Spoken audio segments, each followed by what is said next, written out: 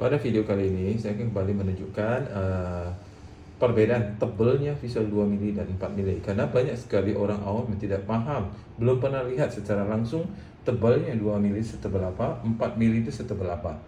Ya, jadi kita akan perjelas supaya nanti ada gambaran. Jadi nantinya efektivitas pemasangan peredam itu dia akan berbanding lurus sesuai dengan jumlah atau luas plat mobil yang dipasang. Semakin luas semakin baik.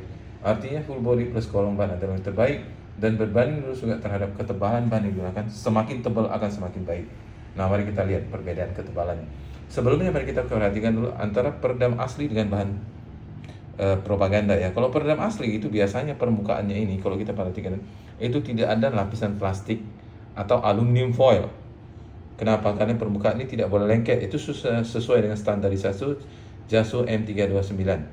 Jadi permukaan ini tidak boleh lengket sehingga nanti tidak hitam kena di tempat-tempat yang lain ya.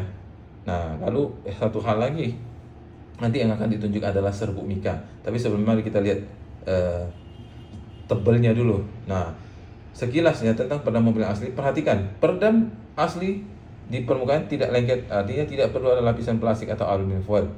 Jadi kalau bahan-bahan propaganda biasanya ada lapisan plastik di atasnya karena dia lengket dan ketas. Atau kalau bukti rubber itu pasti pakai aluminium foil karena dia lengket sekali. Ya, jadi itu yang harus diperhatikan. Salah satu ciri utama bahan asli dengan bahan propaganda. Lanjut, mari kita lihat tebelnya visor 2 mili dan 4 mili. Kita lihat lebih dekat.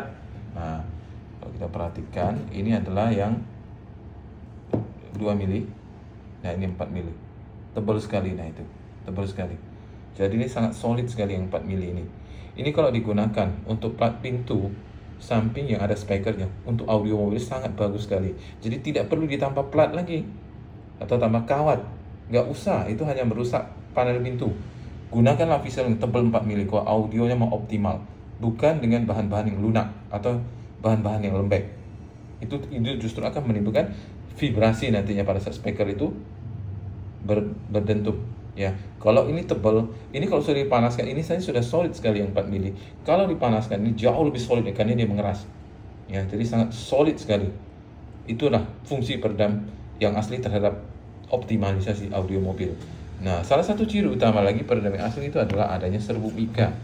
Serbuk mika kalau kita perhatikan, nah ini kalau kita lihat ini seperti kristal ini yang putih-putih ini seperti apa ya, glitter ya. Nah, ini yang berfungsi untuk mereduksi panas. Jadi ini sudah berkali-kali kita jelaskan, untuk menolak panas atau untuk menyerap panas di kabin mobil adalah dengan menggunakan serbuk mika, bukan dengan menggunakan aluminium foil. Karena aluminium foil sifatnya adalah memantulkan panas. Dalam hal ini tentunya adalah panas matahari. Artinya aluminium foil hanya akan berfungsi efektif kalau pasang di luar kabin, bukan di dalam kabin. Karena kalau di dalam kabin dia tidak terkena panas matahari secara langsung. Yang benar adalah menggunakan serbuk mika. Ya, itu yang benar. Jadi aluminium foil sifatnya adalah memantulkan atau merefleksikan panas. Jadi harus pasang di luar kabin. Artinya pasang di luar kabin. Namun kalau pasang di luar kabin tidak ada yang mau pasang mungkin karena akan sangat jelek sekali ya.